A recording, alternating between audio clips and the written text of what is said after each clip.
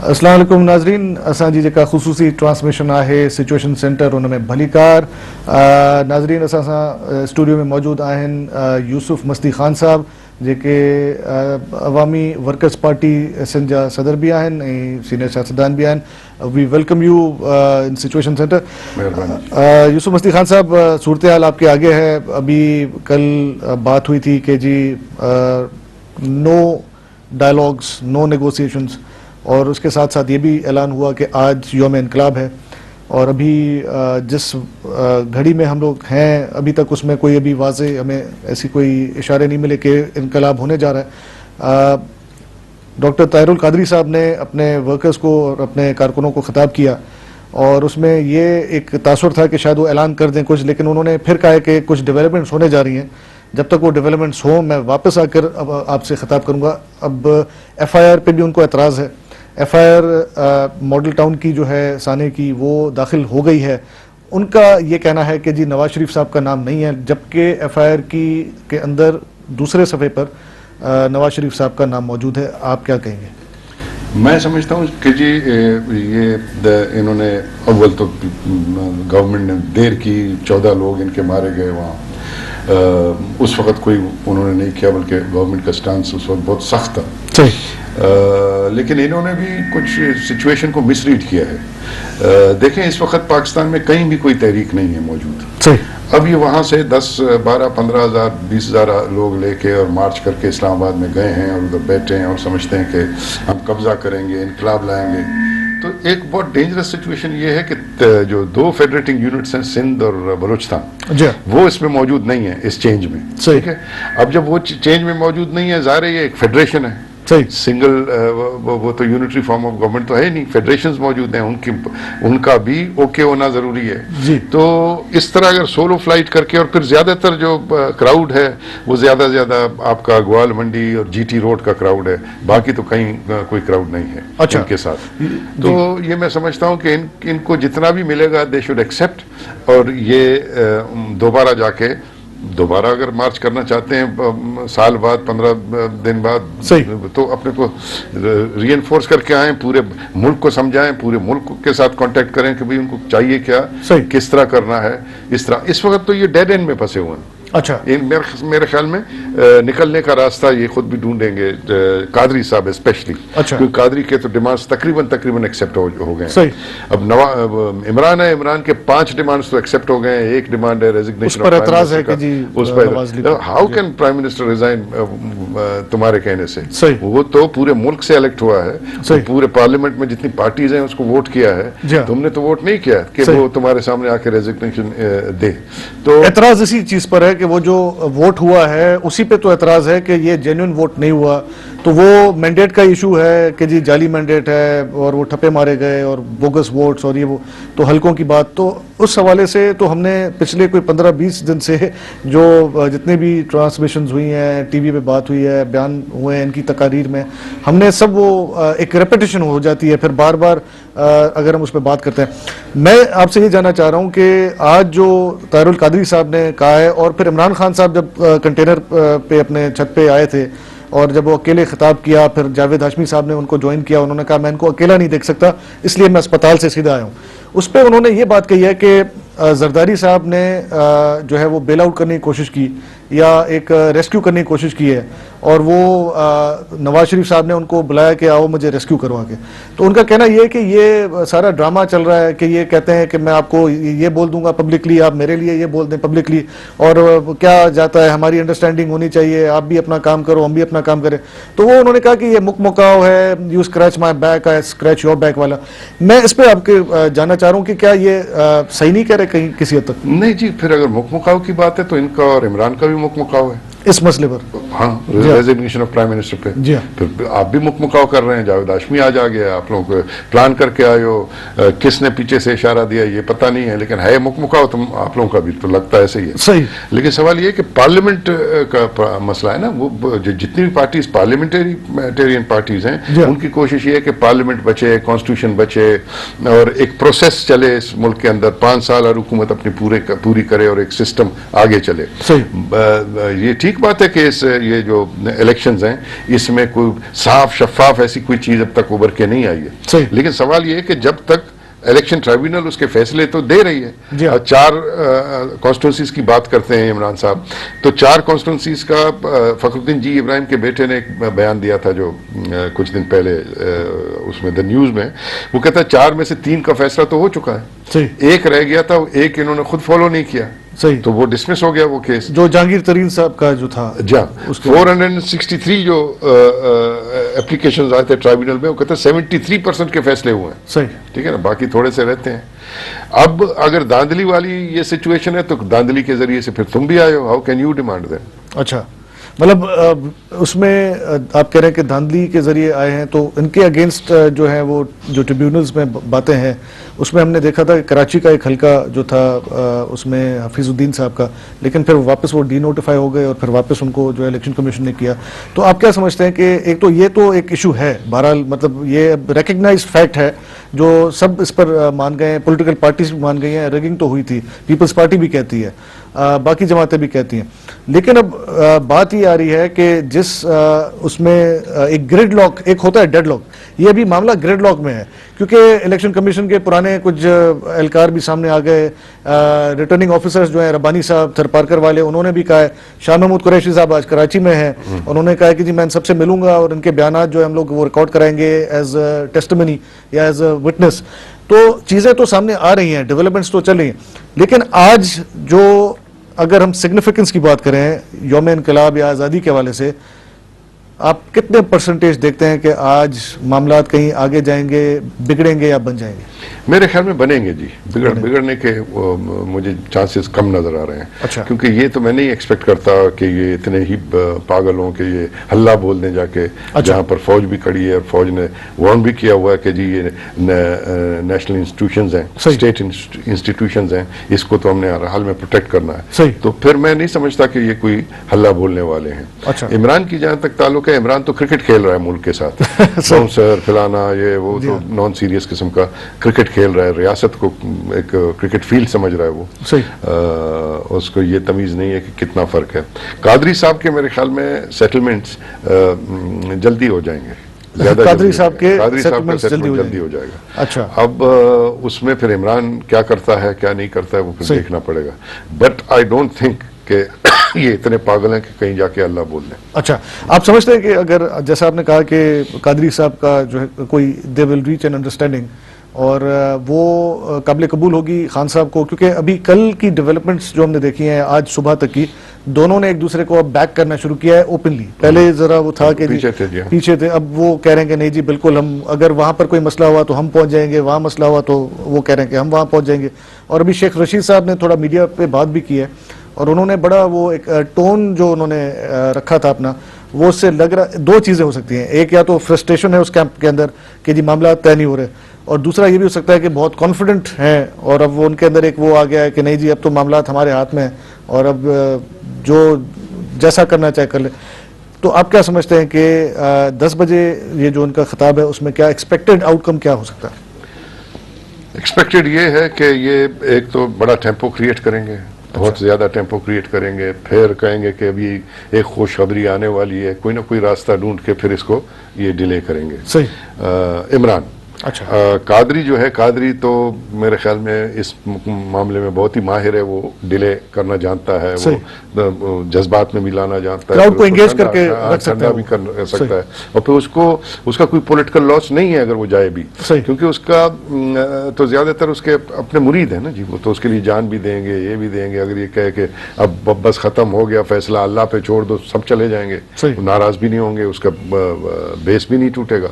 लेकिन इमरान के लिए तो पॉलिटिकल एक वो है ना मसाइल है, क्योंकि उसकी पॉलिटिकल पार्टी है, वो अगर इस हाइप पे ले जाने के बाद अगर कुछ उसको न मिले और वापस जाए तो उसके लिए प्रॉब्लम है। तो आस्ते आस्ते मैं समझता हूं कि इस हद तक तो वो आ गया ना कि 30 दिन के लिए आप सिर्फ छुट्टी पे चले जाएं, मतलब वो जो बड़ी डिमांड से आहिस्ता आहिस्ता आकर वो 30 दिन पे आ गए। 30 दिन पे आ गए, बिल्कुल सही है। तो मेरे ख्याल में कहीं ना कहीं जाके इनको इनके अपने पॉलिटिकल जो पार्टीज के सीनियर लोग हैं वो भी समझाने की कोशिश करेंगे, क्योंकि अभी तो प्रॉब्लम ये था कि जी इसके होते हुए इंसाफ नहीं हो सकता, लेकिन इस दोनों भाइयों के होते हुए हाई कोर्ट का फैसला आया कि जी FIR दर्ज करो इनके खिलाफ, और जो हो गई ठीक, वो भी थोड़ा सा डिले हुई लेकिन हो गई। अच्छा खान साहब, अभी एक ब्रेक में हमें जाना है, फिर हम कंटिन्यू करते हैं अपनी ट्रांसमिशन। नाज़रीन हींअर तव्हां ब्रेक वठो ऐं पोइ असां कंटिन्यू कंदासीं। असां सां गॾु यूसुफ मस्ती खान साहब आहिनि। We'll be right back in a short while.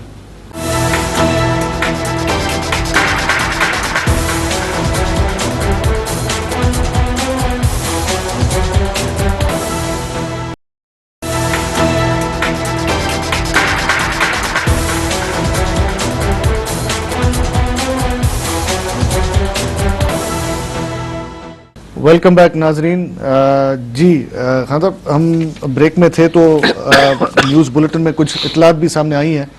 वो ये आई हैं कि पाकिस्तान तहरीक इंसाफ जो है उनका जो जगह है उसमें एक कोई डिवाइस की मशकूक डिवाइस की इतलात आई हैं, और वो इमरान खान साहब के कंटेनर से तकरीबन कोई 50 मीटर के फासले पर, और वो कोई पकड़ा कर जो है उनके कारकुनों को, और वो मशकूक जो था शख्स जो था वो चला गया।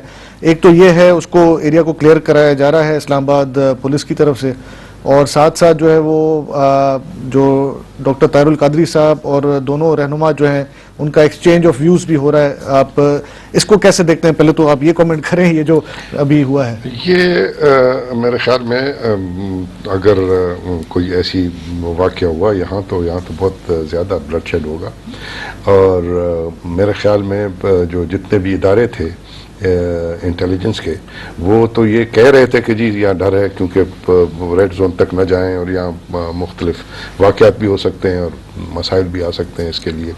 सही। और ये अफसोसनाक होगा अगर ऐसी कोई बात है, और मैं समझता हूँ कि अगर कंट्रोल कर लेते हैं ये तो अच्छी बात है। सही।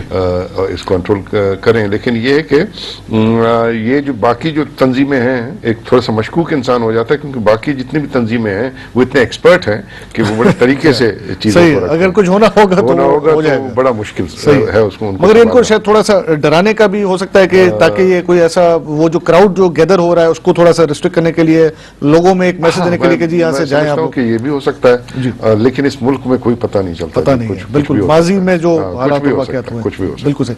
अच्छा, इसके अलावा ये है कि आज जो आर्मी चीफ की मुलाकात हुई है प्राइम मिनिस्टर से, और उसके बाद एक रायबंड में जो भी एक आला सतह का इजलास चल रहा है जिसके अंदर चौधरी निसार साहब, इसाक डार साहब और शहबाज शरीफ साहब हैं, उसमें बहुत सारी बातें भी सामने आ रही हैं, बयानात भी सामने आ रहे हैं। राना सनाउल्लाह साहब कह रहे हैं कि अगर मियां शहबाज शरीफ अगर सोचते भी हैं इस्तीफ़ा देने के लिए तो जो उनके पार्टी के लोग हैं, अवाम है, वो ऐसा होने नहीं देंगे।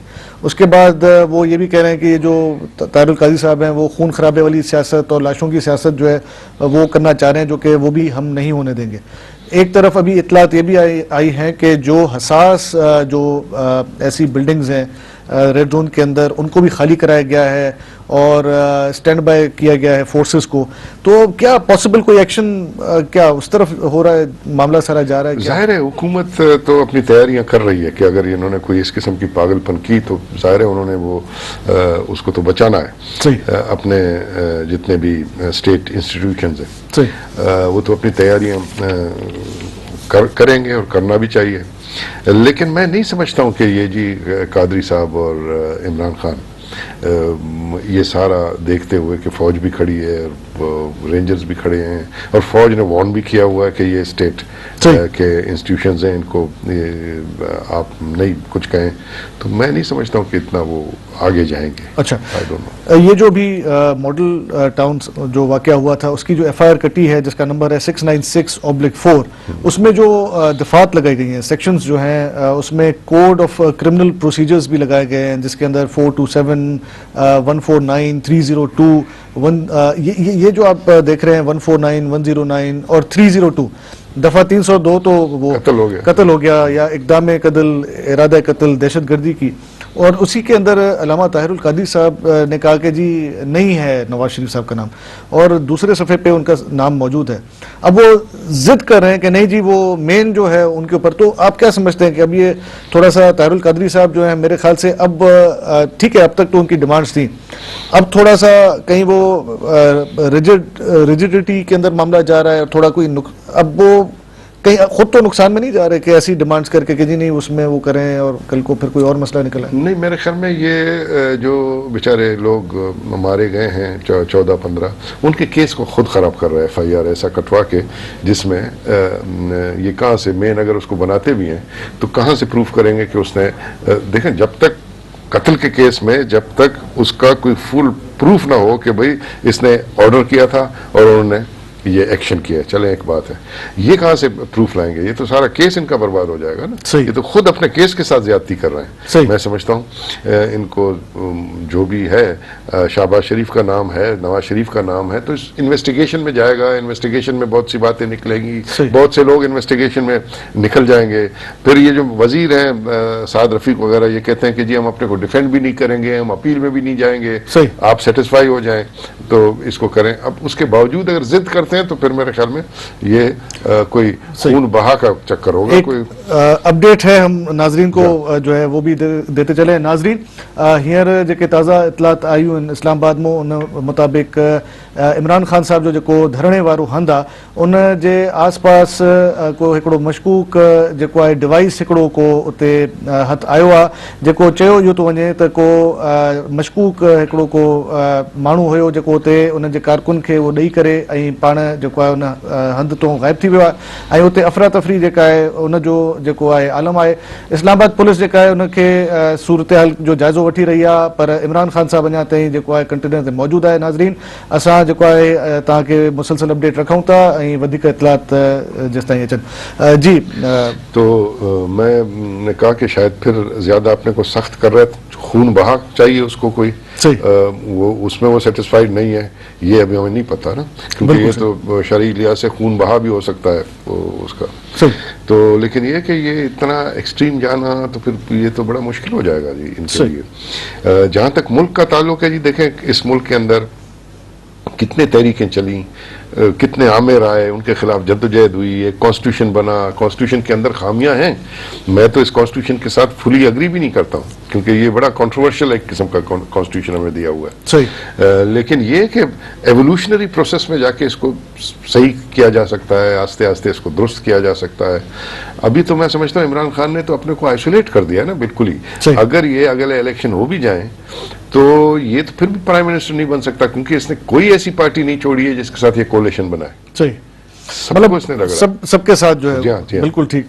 अच्छा, एक चीज हम ये देखते हैं, मुझे वो टाइम भी याद है जब 2007 में जब इमरजेंसी का नफाज हुआ था, उस वक्त के जो लीडर थे या the man in power Pervez Musharraf साहब, उन्होंने जो है वो एक इम्पोज किया था इमरजेंसी और मीडिया कर्व्स।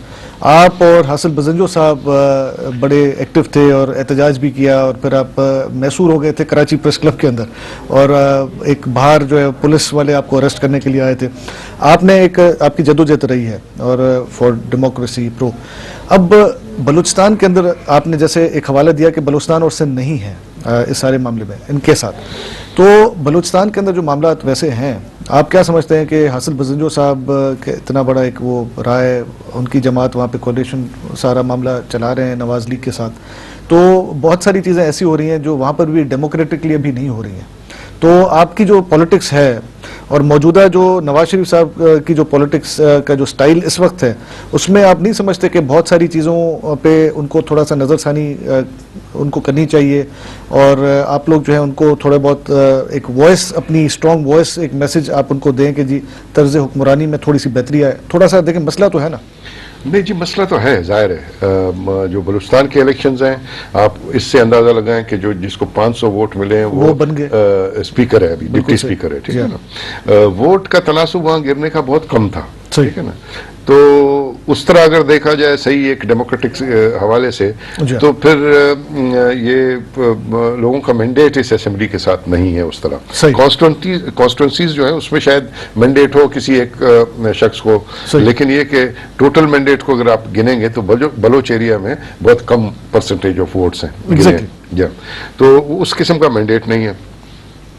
लेकिन ये बहुत अच्छी बात है कि हमारे ये दोस्त आए हैं और नवाज शरीफ ने भी इनको पुश किया कि जी ये कुछ शायद कर सकें, आगे बढ़ सकें। लेकिन बलूचिस्तान के हालात ऐसे हैं कि मैं नहीं समझता हूं कि ये कंट्रोल कर पाए, क्योंकि बलूचिस्तान की सिचुएशन में इनके आने से कुछ चेंज नहीं हुआ है। अच्छा, ठीक है ना, ऑन ग्राउंड पोजीशन वही है। अख्तर मेंगल के BNM है जो, उसके लोग मारे जा रहे हैं, 90 से ज्यादा लोग अभी इन दिनों में मारे गए हैं, रोजाना उनके टारगेट किलिंग्स हो रहे हैं।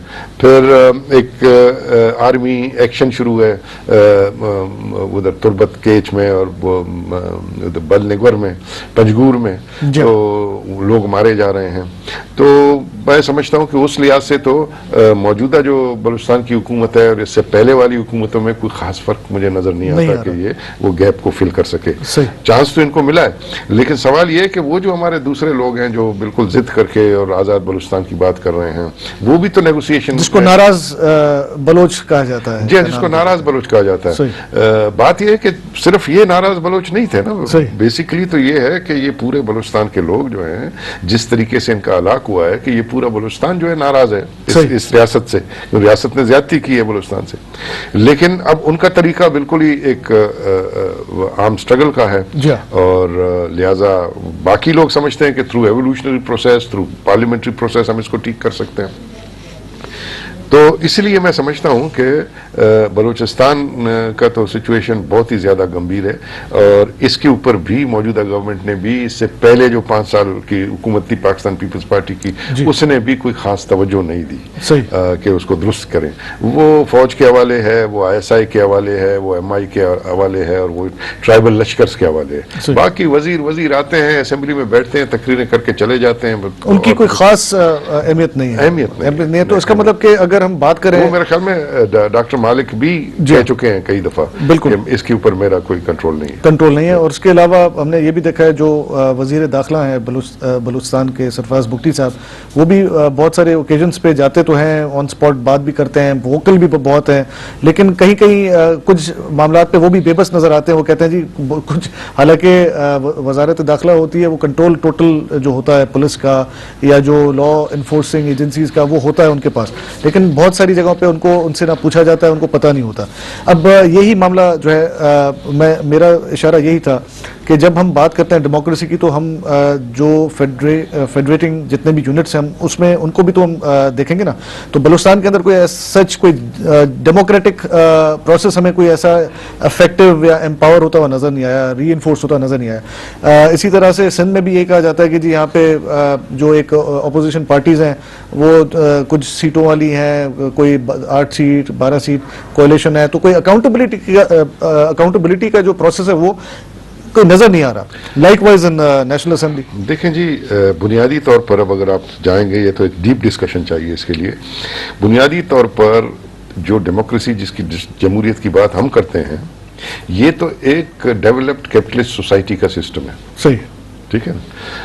लेकिन हौच-पौच वाला जहाँ सोसाइटी हो, जहाँ जागीरदाराना निज़ाम भी मौजूद है, सरदारी निज़ाम भी मौजूद है, जहाँ पर अभी तक ये पता नहीं है कि मीन्स ऑफ प्रोडक्शन किसके हाथ में है, तो उस किस्म का जो कैपिटलिस्ट है, जिसको नेशनल बुर्जुआजी कहते हैं, वो भी मौजूद नहीं है, जो इंसान कहे कि ये है।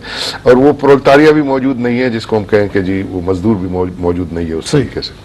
तो जाहिर है जागीरदारी निज़ाम के होते हुए जमहूरियत कैसे पनपेगी और कैसे फंक्शन करेगी। आप ये देख रहे हैं कि कोई भी हुकूमत आए, वो कहते हैं जी फिलाना लिबरल है, फिलाना ये है, फिलाना वो है, लेकिन अब तक लोकल गवर्नमेंट के जो बुनियाद है 3 टायर गवर्नमेंट में डेमोक्रेसी का, जो लोकल गवर्नमेंट के इलेक्शंस अब तक नहीं हुए हैं, पंजाब भी उसको अवॉइड कर रहा, सिंध भी उसको अवॉइड कर रहा है, फ्रंटियर भी उसको अवॉइड कर रहा है। बलूचिस्तान में तो किसी तरह हो गए और लोगों ने समझा कि शायद ये हो जाएंगे तो ऊपर जो लोग लड़ रहे हैं वो थोड़ा सा और असल डेमोक्रेसी तो यही है ना कि नीचे तक, नीचे से ऊपर जाए ना। अब यहाँ नीचे वाली जो है अजीब बात है यहाँ का हमारे मुल्क में कि जो भी डिक्टेटर आता है वो सबसे पहले लोकल गवर्नमेंट के इलेक्शन कराता है। बिल्कुल बिल्कुल सही है, और वो उधर से एक सपोर्ट बेस उसको मिलती है।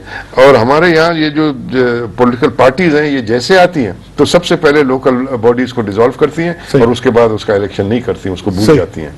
और फिर इस कॉन्स्टिट्यूशन में भी बहुत से मसाइल हैं ना। ये कॉन्स्टिट्यूशन बड़ा कंट्रोवर्शियल कॉन्स्टिट्यूशन है।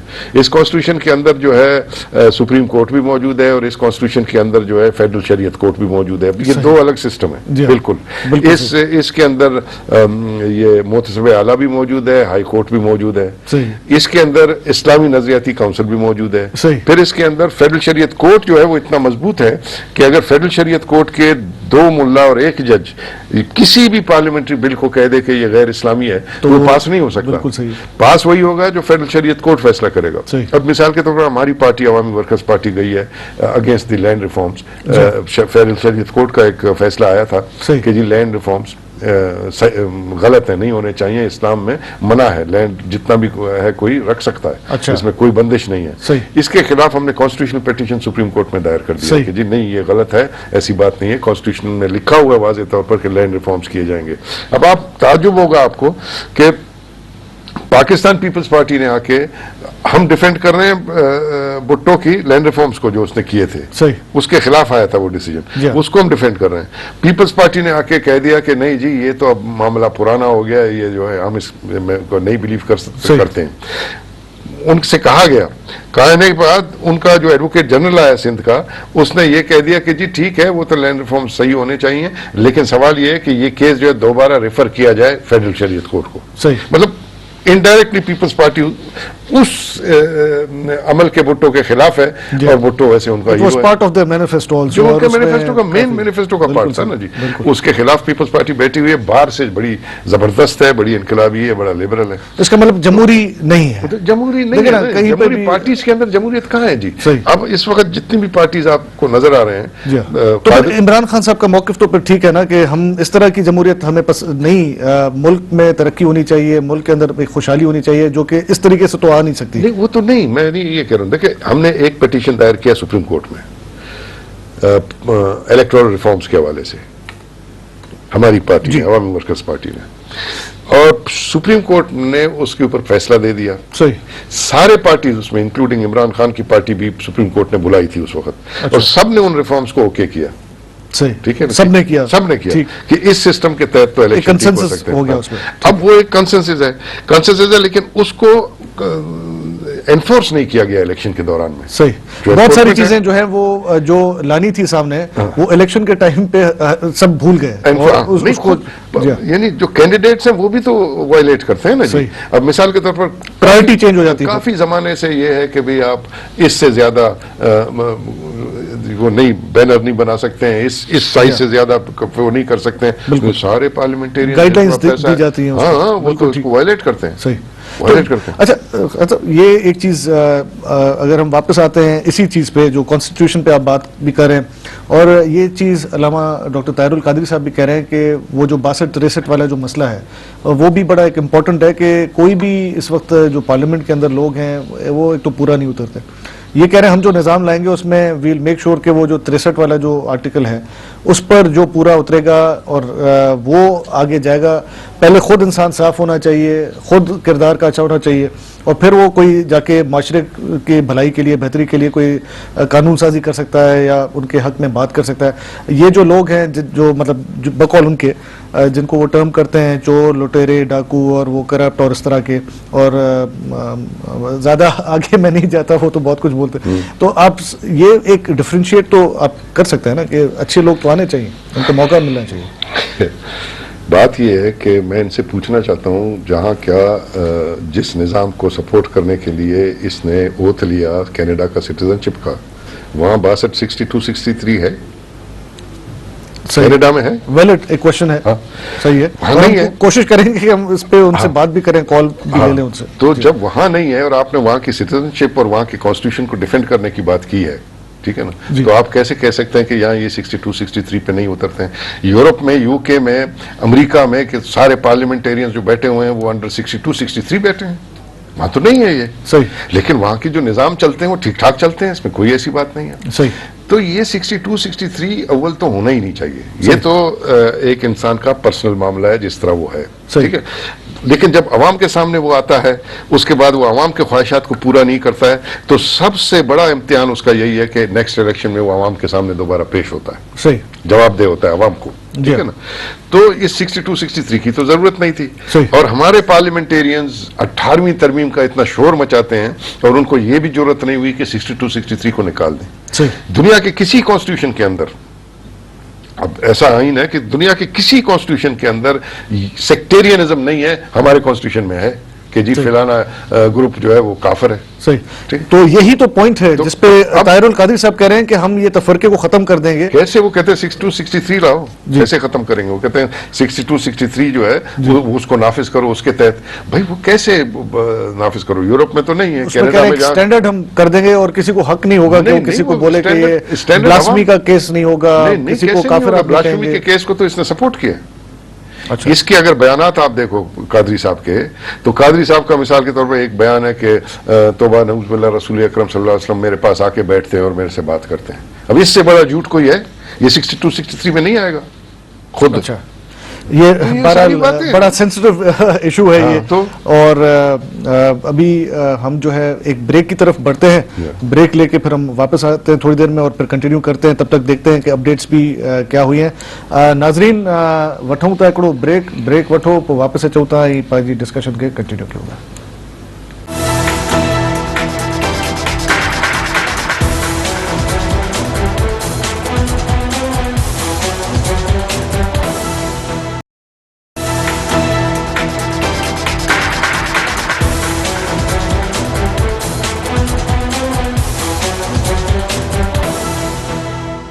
वेलकम बैक नाजरीन। ब्रेक में जाने से पहले खान साहब बात ही हो रही थी, थोड़ा सा अब थोड़ा इस दायरे को बात के बढ़ाते हैं आगे।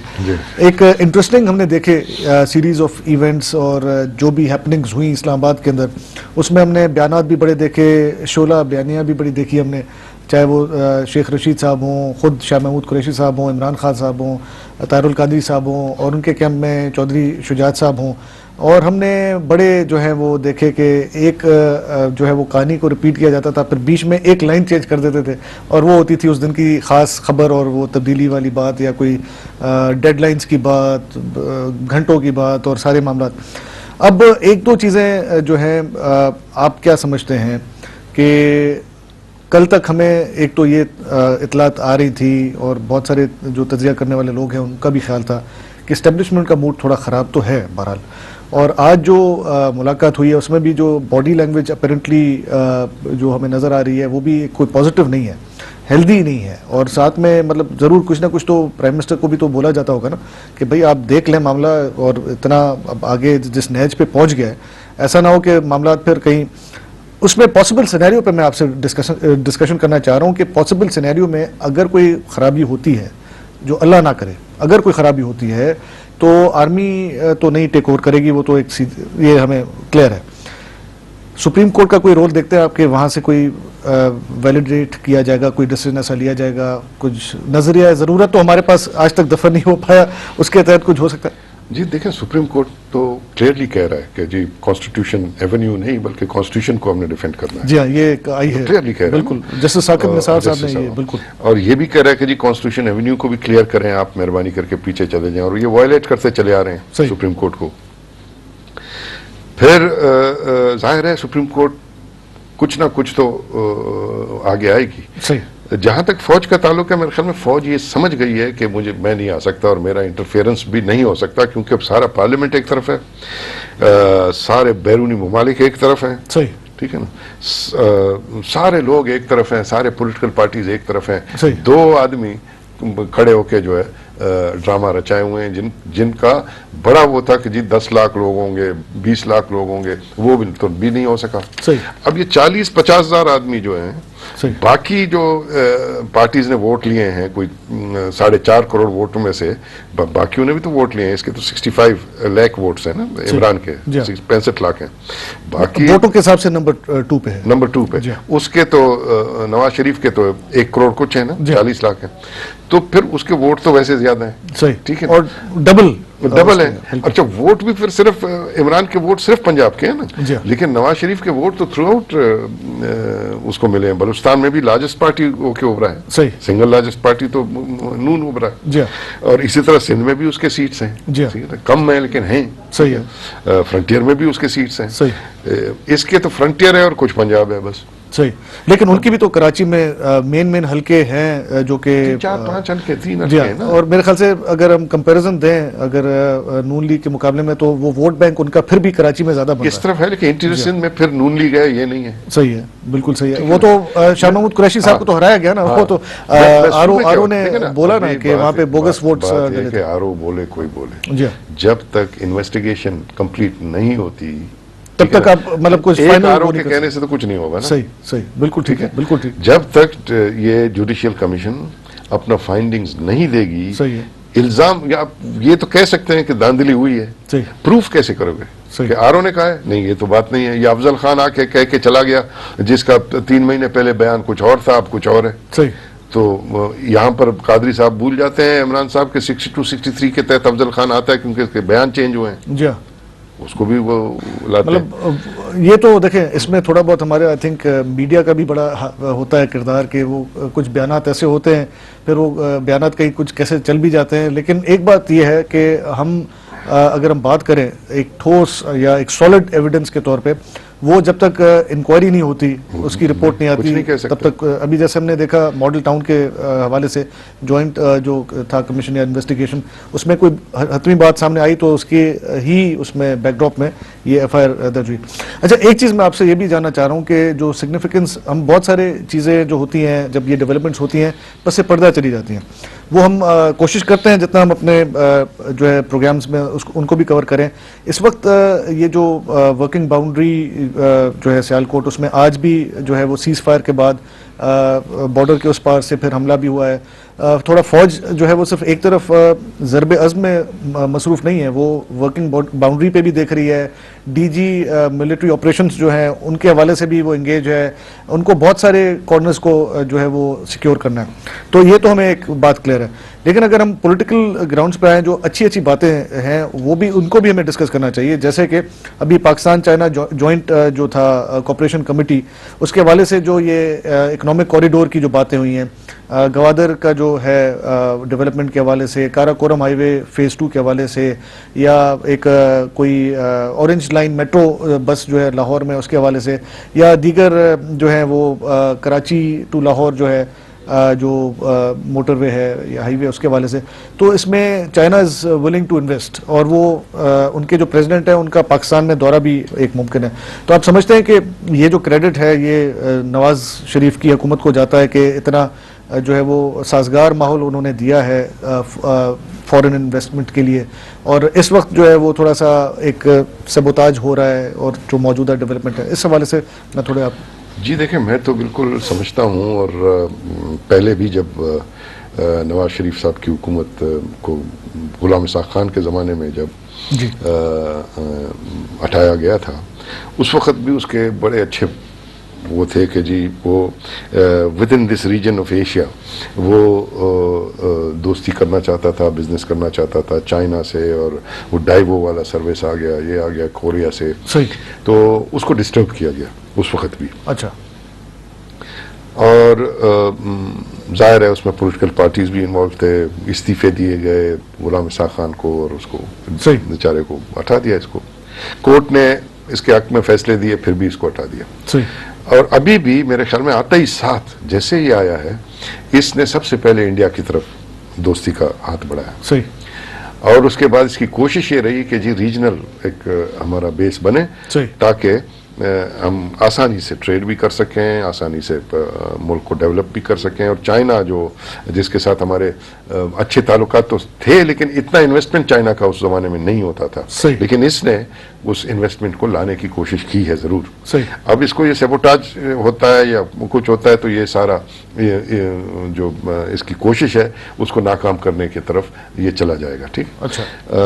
लेकिन मैं समझता हूँ इसके स्टेप्स बड़े अच्छे हैं और रूस के साथ भी इसके ताल्लुकात इसने अपने ठीक करने शुरू कर दिए हैं, सेंट्रल एशियन स्टेट्स के साथ ताल्लुकात ठीक करने शुरू कर दिए हैं। शुरू में ये आया तो बड़ा वो पीपल्स पार्टी ने शोर मचाया कि जी ये ईरान पाइपलाइन नहीं करेगा, ये ईरान के साथ वो नहीं करेगा, इसको हिम्मत नहीं है, इसको जरूरत नहीं है, देखो वो साइन करके आ गया जरदारी साहब, सदर साहब। तो लेकिन ये कि इसने बड़े तरीके से जो उस सिचुएशन को डिफ्यूज करके वो ईरान के साथ भी करने के लिए तैयार हो गया। सही। और सेंट्रल एशिया के साथ भी करने को तैयार है, ट्रेड को, उसको। मैं समझता हूँ हमारे इस रीजन की जरूरत ही यही थी कि रीजनल एक अपना फॉर्मेशन बनाए ताकि IMF, वर्ल्ड बैंक और इन बड़े अमेरिकन मल्टी कॉर्पोरेशंस के साथ हमारा कम से कम जान छूटे। तो इसके अलावा तो जान नहीं छूटती जब तक आप रीजनल नहीं करते।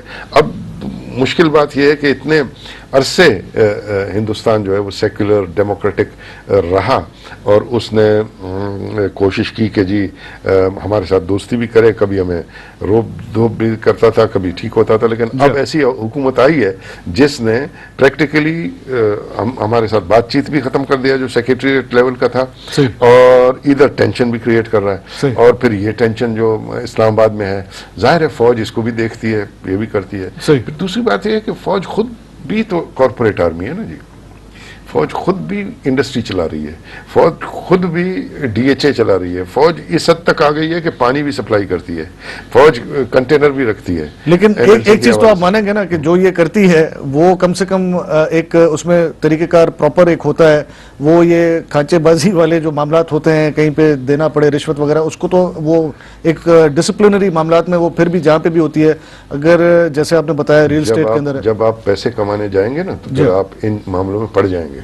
इसलिए कहते हैं कि फौज जो है उसको प्रोफेशनल आर्मी होनी चाहिए। कॉर्पोरेट आर्मी बनेगी तो फिर उसमें रिश्वत भी आएगी, उसमें मसाइल भी क्रिएट होंगे। ठीक है ना। तो क्योंकि इंसान का हिस्स जो है ना वो कम नहीं होता, उस बढ़ता है। और फिर उसके जाहिर है उसके इतनी बड़ी इंडस्ट्रीज बन गई है, वो खाद के इंडस्ट्रीज भी उसके हैं, उसके मुख्तलिफ किस्म के इंडस्ट्रीज हैं, उनका एयरलाइन भी है, सब कुछ है उनके पास। ठीक है ना। तो उनका कंपटीशन क्या सिविलियन कॉर्पोरेट मैग्नेट्स के साथ भी हो सकता है। सही। ठीक है ना।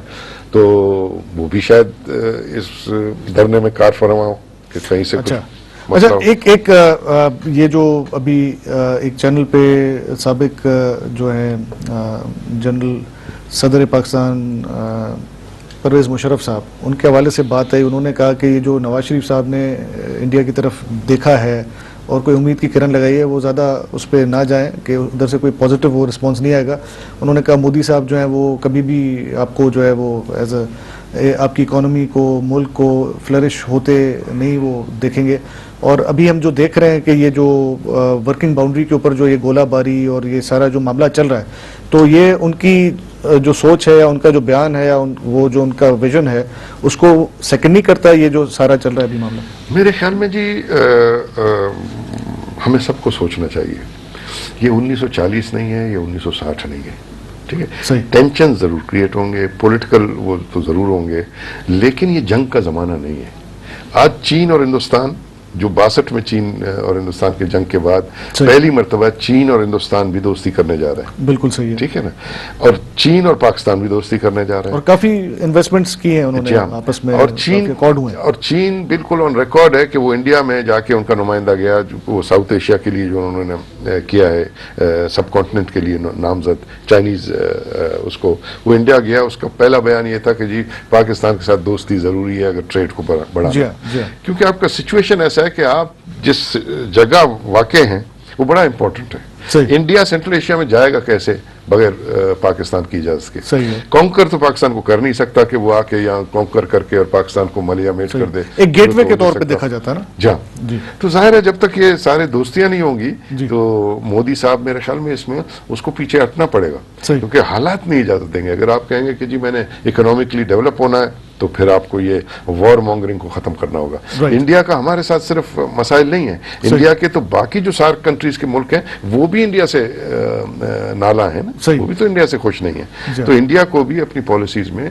कुछ तब्दीली लानी पड़ेगी और ये आएगी तब्दीली। सही। ये हालात और इंटरनेशनल हालात, इकोनॉमिक हालात, रीजन के हालात ये इजाज़त नहीं देते हैं। आप देखें यूक्रेन में इस वक्त जो मसला हो रहा है, ठीक है ना, तो वहाँ पे रशिया ने बिल्कुल स्टैंड ले लिया ना कि भाई नहीं, मैं यूरोपियन यूनियन और इसकी बात क्यों मानूं, मैं तो अपने मसाइल खुद हल करूँगा। ज़ाहिर है उसके भी कंपनीज हैं, गैसप्रोम है, दूसरे हैं, बड़े ऑयल कंपनीज हैं, उसको भी वे आउट चाहिए कहीं से, ठीक है। तो इसलिए अब वो ज़माना नहीं है, अब बड़े तरीके से चलना पड़ेगा। मोदी साहब को भी और हमको भी और हमारे फौज को भी सोचना पड़ेगा कि भी हम जंग नहीं कर सकते, जिहाद नहीं कर सकते, ठीक है ना। तो हमको जिहाद किया, जिहाद का नतीजा क्या निकला? वही जिहादी हमारे खिलाफ है ना, हमें मार रहे हैं। उस वक्त हम कहते थे मत करो, ये आपके ये बंदूकों का रुख इस्लामाबाद की तरफ होगा, नहीं सुना। सही। तो अच्छा खान साहब, थोड़ा सा जो है हम रीजनल और इंटरनेशनल जो पर्सपेक्टिव है, मौजूदा जो सूरत हाल है उसके हवाले से हमने डिस्कशन किया है। थोड़ा सा जैसे कि आपने कभी बताया जिहाद के हवाले से, तो एक बात मेरे जहन में आई, तो हम वापस आते हैं इसी तरफ, ये जो इनकलाब और आज़ादी है। आज इमरान खान साहब ने अपनी तकरीर में भी ये कहा, निशानदेही की, और ये हमने जो है टेलीविज़न स्क्रीन्स पे भी देखा, जो उन्होंने सिविल डिसओबीडियंस की, सिविल नाफरमानी की जो कॉल दी, उसमें आज हमने उसका एक अमली मुजाहरा देखा। और पेशावर में जो है कुछ हजरात, इमरान खान साहब के बकौल सिविल सोसाइटी, लेकिन कुछ जो लोग थे वो बाहर निकले, उन्होंने बिजली के बिलों को आग लगा दी, फाड़ दिया, और वो उन्होंने कहा है कि हम बिल नहीं देंगे।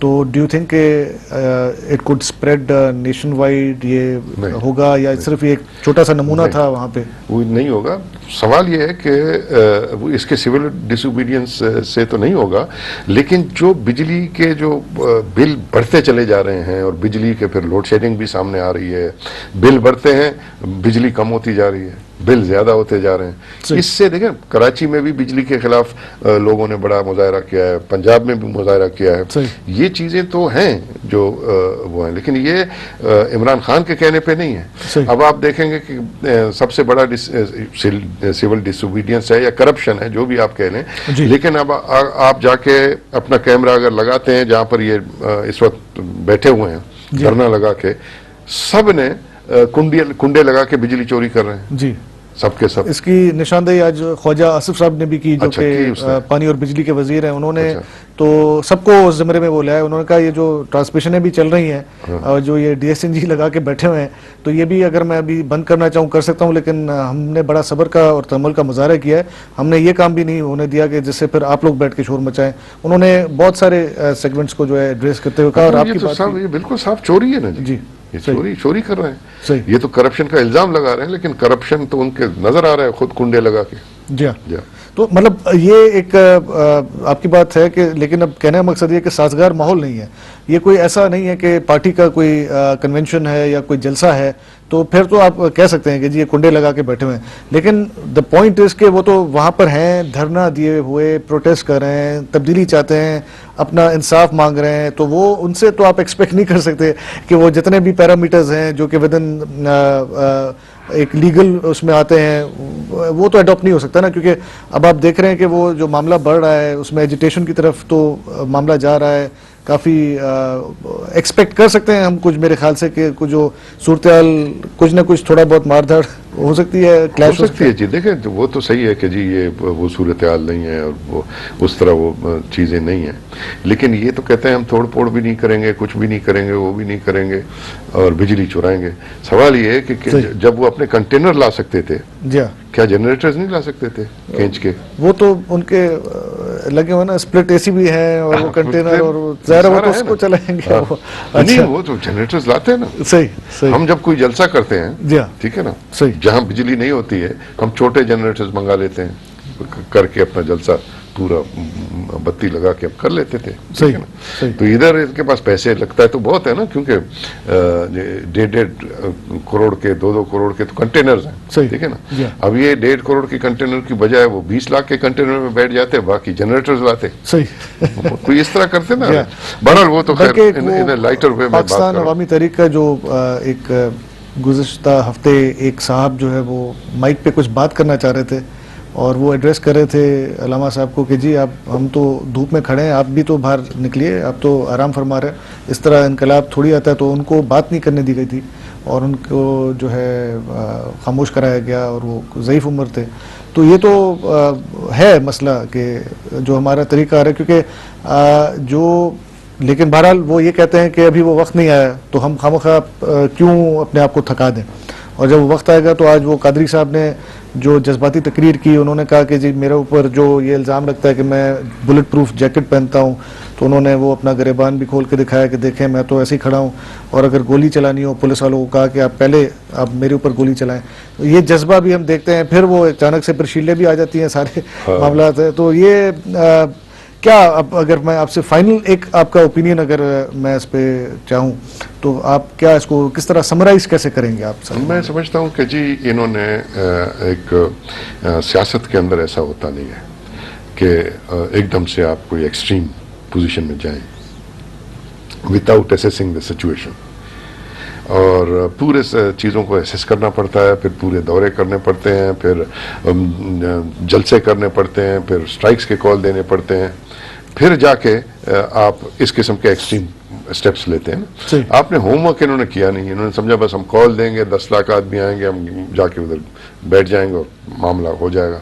अब चूंकि होमवर्क नहीं था तो मामला नहीं हो सका, अब नहीं हो सका तो ये फ्रस्ट्रेट हो रहे हैं। सही, ठीक है, मतलब फ्रस्ट्रेशन में इस वक्त, और ये फ्रस्ट्रेट होके और फिर इन्होंने जाके टेम्पो को इतना बढ़ा दिया, क्योंकि पॉलिटिकल प्रोसेस से तो नहीं गुजरे हैं ना जी, ये अचानक आ गए हैं, लीडर बन गए, तो इतना इन्होंने टेम्पो को, क्राउड को देख के बिल्कुल टेम्पो को ऐसा कर दिया कि जैसे वो है। अब उनके लिए उतरना भी मुश्किल हो रहा है। सही, ठीक है ना, क्योंकि वो एक सवाल उठेगा कारकुनान की तरफ से भी उठेगा, और जो उम्मीद आसरा लगाए बैठे हैं, क्योंकि हमने जो इनके धरने चल रहे हैं कराची में भी, मुख्तलिफ हमारी जो रिपोर्टिंग टीम है उन्होंने जाके वहाँ पे बातचीत भी की है, लोगों के तासुरात भी लिए हैं। तो उसमें एक सवाल जब हमारे रिपोर्टर्स करते हैं उनसे कि जी अगर मामला जो है वो जो डिमांड्स के बगैर वो आ जाते हैं वापस, तो अक्सर का कहना, अक्सरियत जो है उनका कहना ये है कि अगर वो आए तो हम उनको छोड़ देंगे, और हम तो उनके इस स्टैंड पे हम उनके साथ हैं, अगर कोई समझौता करके आते हैं तो फिर हमारे लिए वो देखें जी, इन्होंने अपने खुद को एक्सट्रीम में ले गए हैं ना, लेकिन पॉलिटिकल लीडरशिप का काम क्या है? पॉलिटिकल लीडरशिप का काम यह है कि अगर उससे गलती हो गई है, ठीक है ना, फिर उस गलती को दुरुस्त करने के लिए, लोगों को भी साथ रखने के लिए उसके पास हजारों चीजें होती हैं। सही, ठीक है ना। अब ये बेचारे बच्चे बच्चियां मैं देख रहा हूँ इधर कराची में भी और उधर भी, ये इनोसेंट किस्म के लोग हैं, ये कभी किसी पॉलिटिकल प्रोसेस से गुजरे नहीं हैं, ना किसी स्टूडेंट तंजीमों के जद्दोजहद से गुजरे हैं, ठीक है ना। ये समझ रहे हैं कि बस जी इमरान ने क्रिकेट जिताया तो इमरान इधर भी वो कर लेगा।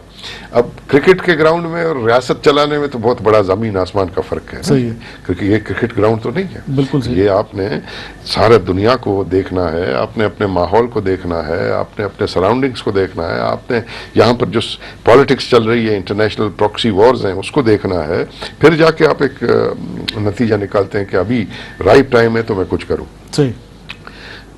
आपने जाके इन इलेक्शंस को एक्सेप्ट किया, आप जाके असेंबली में भी बैठ गए, आपने कॉन्स्टिट्यूशन को प्रोटेक्ट करने के लिए ओथ भी ले लिया, ठीक है ना। Once you have entered the assembly, या तो पहले ना जाते। अब पीएनए में क्या था, इलेक्शन हुए, पीएनए की तहरीक के दौरान में इलेक्शन हुए, कौमी असेंबली के सूबाई इलेक्शन बाइकआउट किए और फिर एक तहरीक चली, ठीक है ना, कि भाई ये धांधली हुई। ये तो तुम जाके बैठे, इतने अरसे वहां बैठे रहे, साल, फ्रंटियर गवर्नमेंट को तो आप इस्तीफा देने के लिए तैयार नहीं है, ठीक है ना। तो ये कंफ्यूज्ड किस्म की एक स्टेट ऑफ माइंड है ना। जब भी कोई पॉलिटिकल पार्टी कोई फैसले करती है तो उसके मुख्तलिफ प्लान होते हैं, ए प्लान, बी प्लान, सी प्लान, नीचे तक वो अपने प्लान्स बनाता है। सही। इनके तो नहीं है ना, ये तो बस अचानक जज्बात में आके कुछ बोल देते हैं, फिर कुछ बोल देते हैं। 10 दफा तो इनके स्टेटमेंट बदलते हैं 3 दिन में। सही। और यही चीज़ मैं आपसे ये भी जानना चाह रहा था कि ये जो उनके स्टेटमेंट्स में इतना तजाद आ जाता है, और फिर वो एक बात हुई थी जो सुप्रीम कोर्ट के साबिक जो चीफ जस्टिस हैं उनको जो जवाब दाखिल किया गया था, जिसमें अपेरेंटली ये कहा गया कि जो उन्होंने माफ़ी और माजरत की है, और उसमें आज फिर वो पता चला कि उन्होंने और उनको भिजवाया और उसको विड्रॉ किया है, कि उन्होंने कहा कि ये मेरे कंसेंट के बगैर जो है वो भेजा गया था, तो ये मेरे लॉयर ने भेज दिया। लॉयर पे बात उन्होंने डाल दी। सर, अभी हमारा जो है एक न्यूज़ बुलेटिन का वक्त हो गया है, तो हम न्यूज़ बुलेटिन में जाएंगे। और बहुत शुक्रिया आपका, आपने हमारी स्पेशल ट्रांसमिशन में शिरकत की और अपने व्यूज़ दिए। नाजरीन, हींअर वक्त हुआ न्यूज़ बुलेटिन जो न्यूज़ बुलेटिन खां पोइ असां पंहिंजी नशरियात जेका आहे उनखे जारी रखंदासीं। वरी वापसि मुलाक़ात थींदी।